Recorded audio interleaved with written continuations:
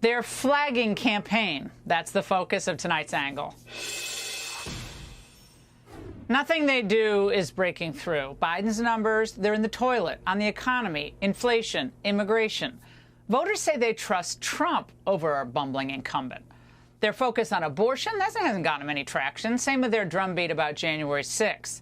It turns out that no one, except for maybe Robert De Niro and his ilk, believes that democracy is on the line or that Trump's a dictator. And since the Trump trials are also boomeranging back on them, all the Democrats and their media flacks can do, I guess, is try what failed again, with a slightly tweaked narratives.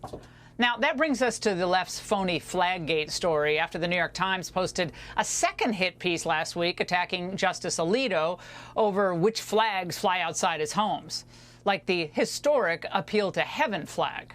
Samuel Alito has identified himself with the same people who raided the Capitol on January 6th. In the Senate, we have gavels. There should be subpoenas going out. There should be active investigations that are happening. He can't play fast and loose with these political symbols without jeopardizing his own integrity.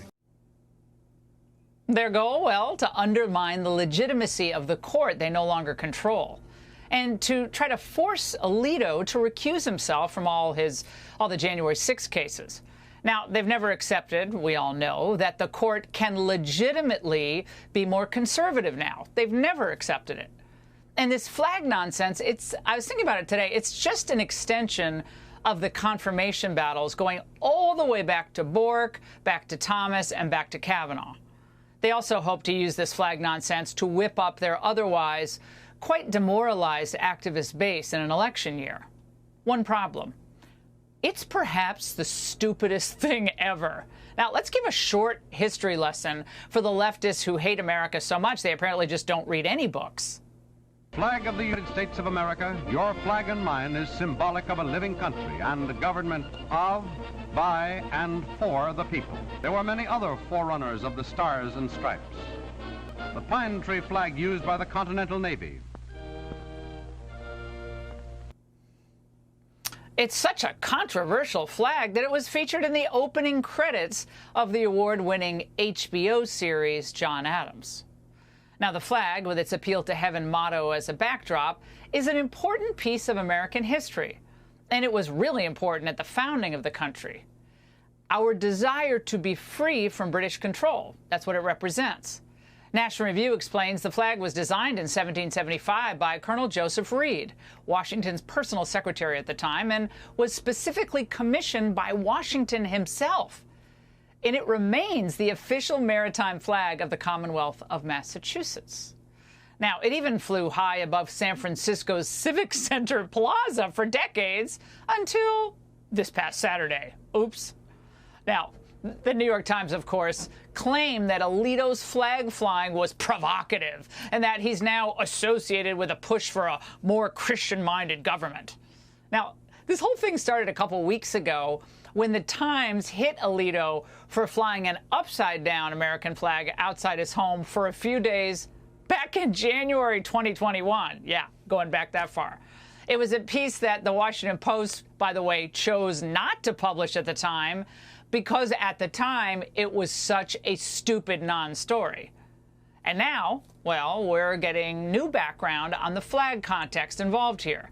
Alito told Fox News Digital that his wife chose to fly the flag after being provoked by an angry liberal neighbor. Now, the BLM and Biden-supporting unmarried couple in their 30s, living, by the way, with the woman's mother, classy, claimed that they weren't the ones who started anything here, despite the woman admitting to having put up a F Trump and you're complicit sign. And despite, by the way, having called Mrs. Alito the C word. Wow, C word. Really? That's smart. Classic move by an angry liberal wombat. Now, in a letter to Congress sent today, Justice Alito refused to recuse himself, noting that he asked his wife to take the flag down after he noticed it, although for several days she just refused. He reiterated that he didn't know that there was a political statement here and that the flag flying arose from that neighborhood spat. Now, Alito himself, he said, is not fond of flying flags, but his wife is. Now, from these facts, it is absolutely ludicrous, even to the little bitty pea brain of a liberal, to conclude that Alito should feel somehow compelled to recuse himself from January 6 or other Trump-related cases. But again, I'm going to go back to what I keep saying all show. The Biden team literally has nothing else to run on. This is an election year, and they certainly can't risk the debate being focused on the issues that voters actually are worried about, like the economy, like the border. And they're so desperate to get back to this phony insurrection that they branded back on January 6th that they're trotting out Capitol Police officers who were there on January 6th to stand outside the courthouse. One's even going to campaign for Biden in Nevada. Yeah. And don't think for a second that the key press apparatchiks out there in the Biden campaign aren't coordinating these stories. Democrats know full well, I think, that they're going to lose this if it's a regular campaign. If the frame of this race is what was better, the 3.5 years under Biden or 4 years under Trump, we lose that every day of the week and twice on Sunday, said a longtime Democrat strategist to Politico.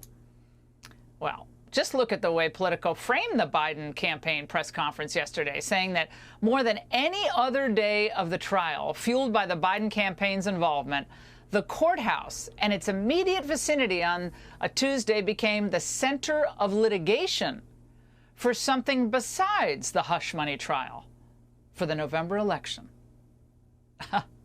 Confirming what we said all along. This is all political. Yeah, we know this is always political.